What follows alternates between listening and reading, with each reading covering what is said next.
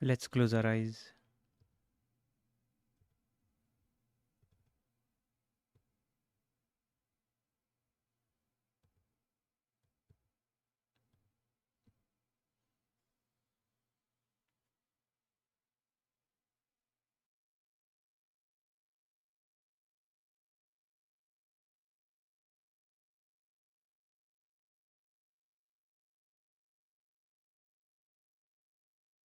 One of my favorite words is serendipity.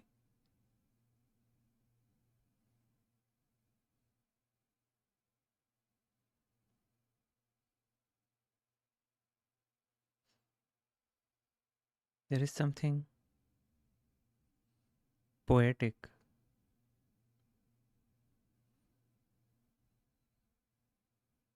enigmatic about this word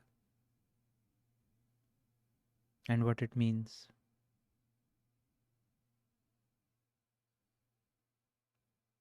We know there are some words that when you try to explain them, you first have to pause because they are not easy to explain. But for someone who knows the meaning,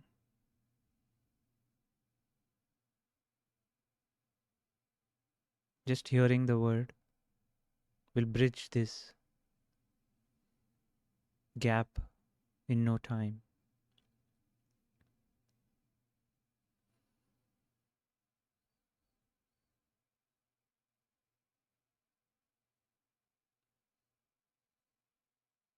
And I'm talking about the word serendipity, but I'm not talking about the concept of serendipity, but the experience of serendipity.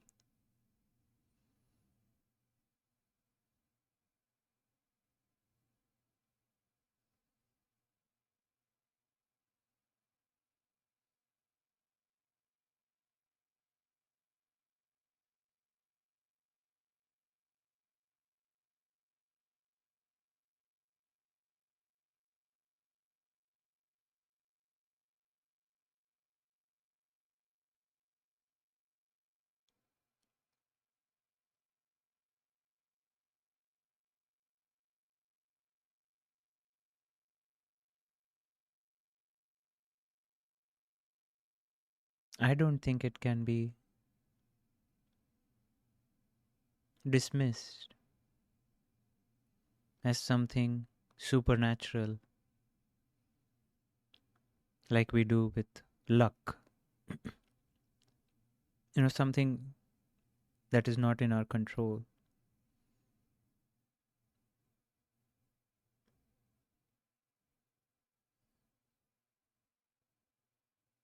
I think there are some prerequisites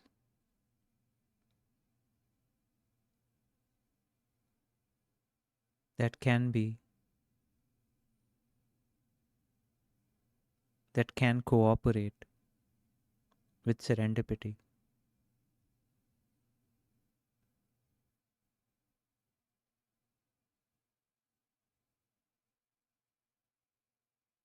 So that surprise, awe, is a natural, reoccurring phenomena in our lives.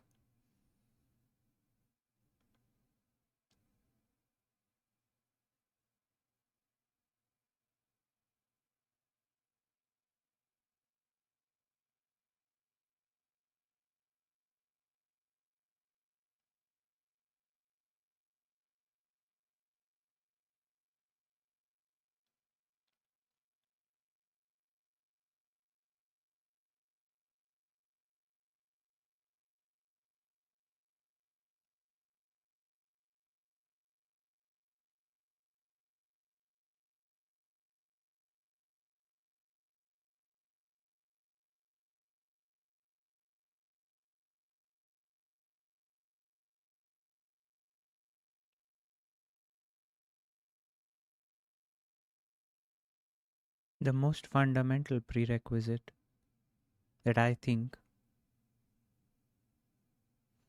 is relevant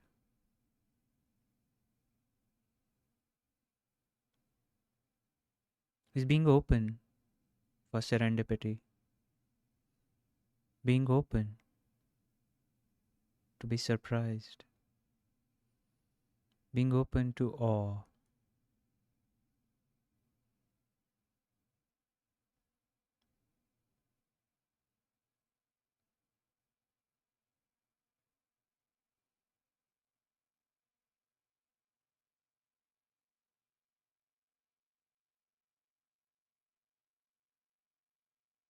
That can only happen if we stop insisting how things should be, how people should be, or how situations should be.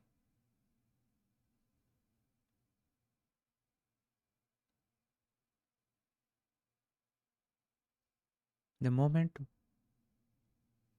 we are caught up in shoulds, the only reoccurring phenomena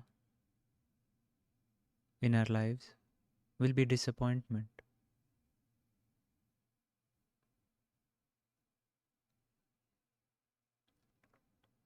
The fact that we expected something,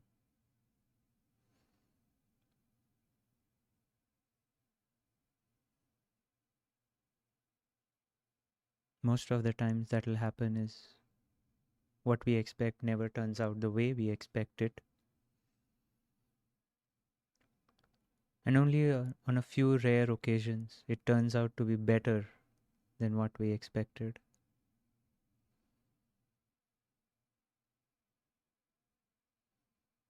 But unfortunately, when that happens, we raise our expectations for the next time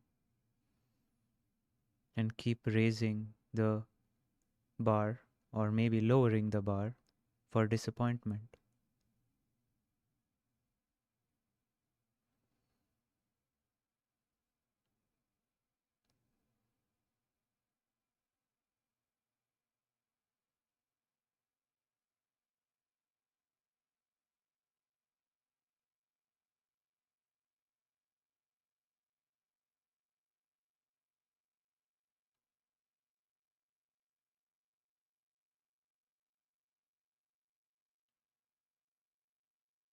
There is no recipe on how to be open.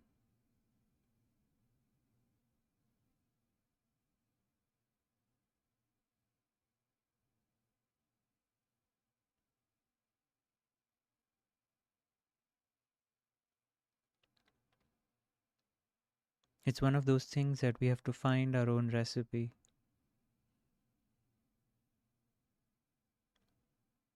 Sometimes it is the negative of the recipe that helps us. What I mean by that is, once we understand what being closed looks like, feels like, we just have to be, we just have to stop being closed and automatically we are open. That's why if we stop insisting on how things should, would, can, could be, maybe it'll help us find out for ourselves what being open looks like. And I tell you, once you find out what it looks like and more importantly, what it feels like, going back to being closed would feel like going to prison.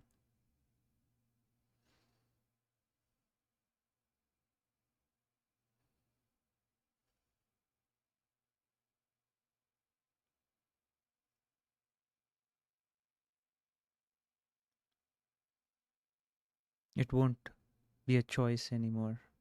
It's just going to be a default state.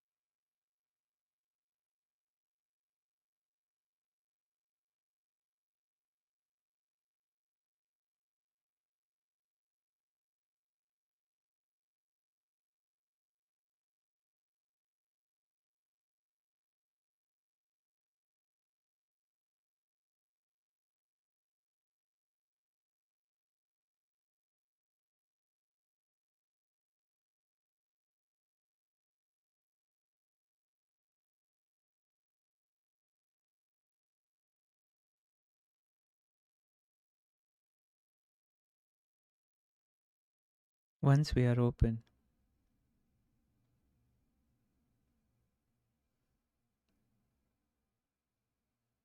we have to be present too.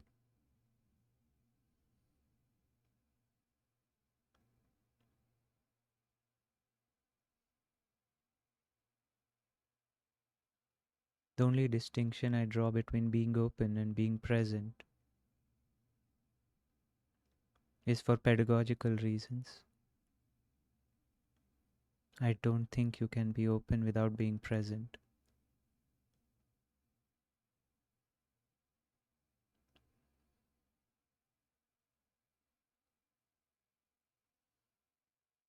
Normally, we go about our day with such a fixed idea of what the day should be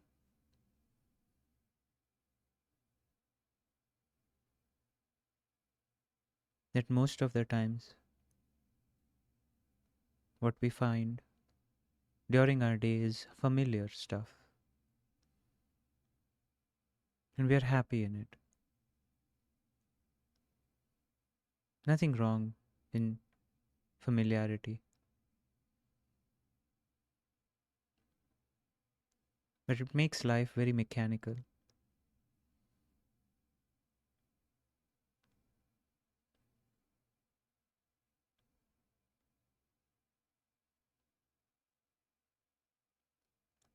And the reason we find familiar stuff is because we are looking for familiar stuff.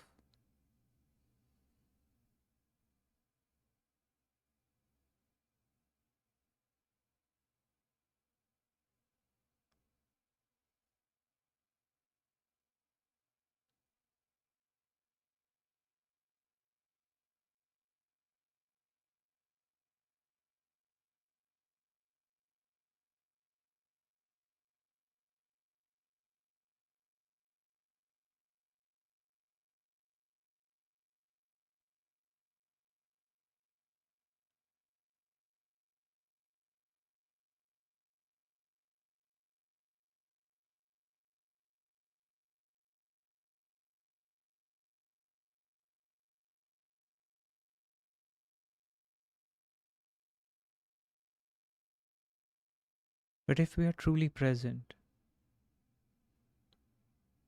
and we can leave the idea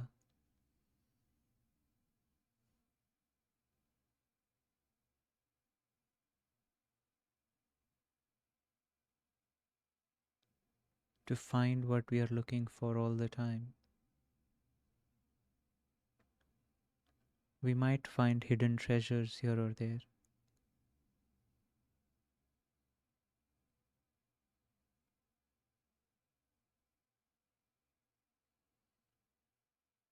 I remember going to an event a few years ago, and the conductor of the event asked all of us to take our phones out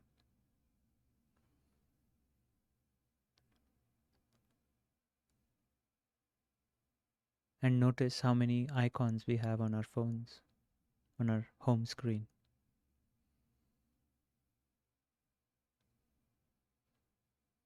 The order of the icons, etc. Then he asked us to put our phones away. The next question he asked was, "What time did you see in your watch?" Or in your phone, sorry. And of course, most of us had not seen the clock that was right in front when we pulled our phones out.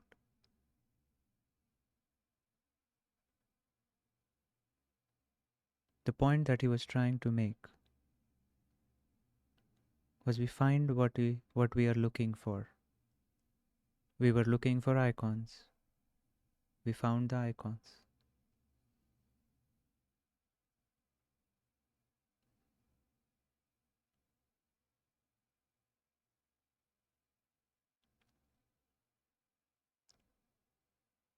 And I do understand some of the times we need to be looking for specific things. But most of the times, our attention is just free.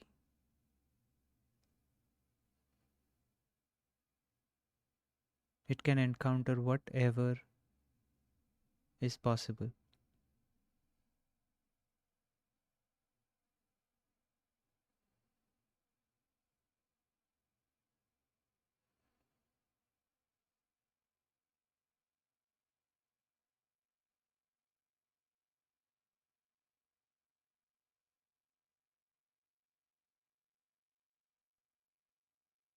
If we are not open and if we are not present,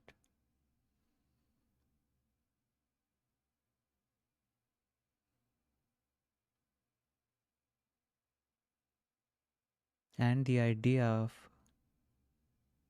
what we are looking for is also not present.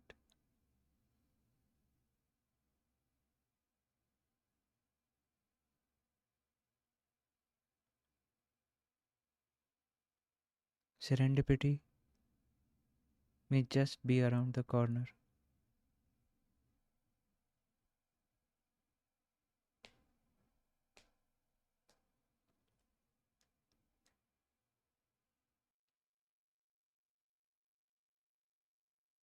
The last thing about serendipity would be to celebrate it once we do encounter it, either by quote unquote luck or by being open and present.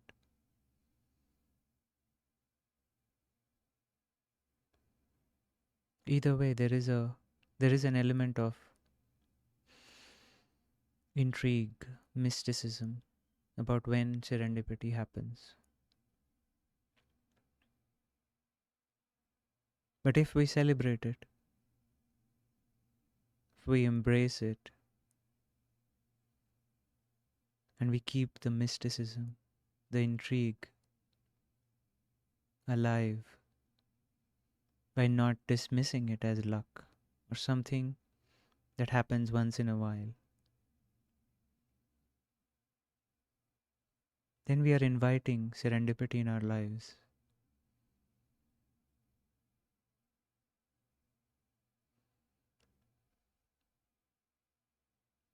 It's like inviting a guest. This was a story told to us while growing up in the Indian culture, where you clean your house, you put everything in order, and wait for the guests to arrive. And in India, guests arrive, at least they used to, anytime. Time is pretty stretchable there. And that's what kept the intrigue going. Same thing could be true about serendipity.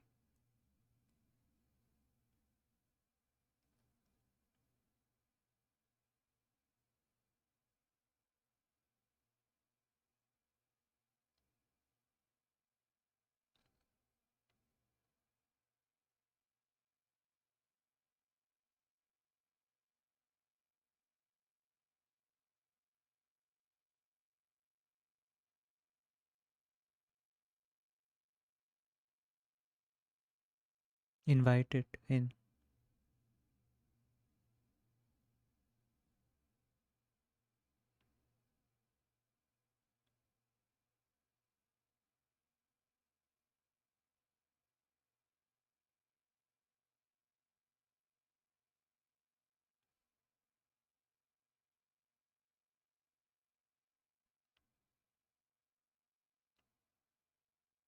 It could be as simple as you finding something that you were looking for a week ago, but you find it today when you were looking for something else.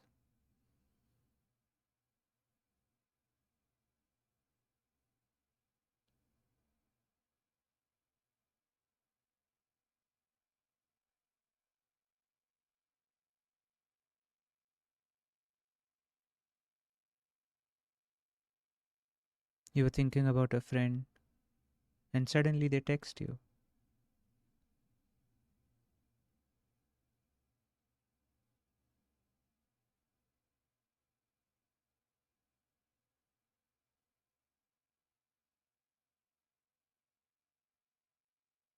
These moments of serendipity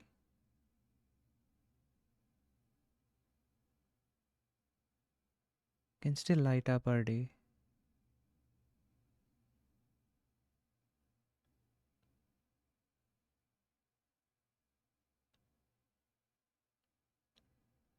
make uncertainty our friend.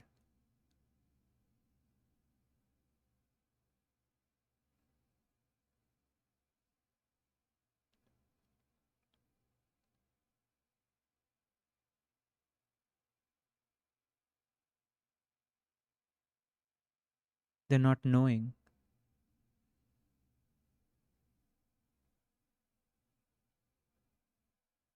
can go from being intolerable, to something we're looking forward to.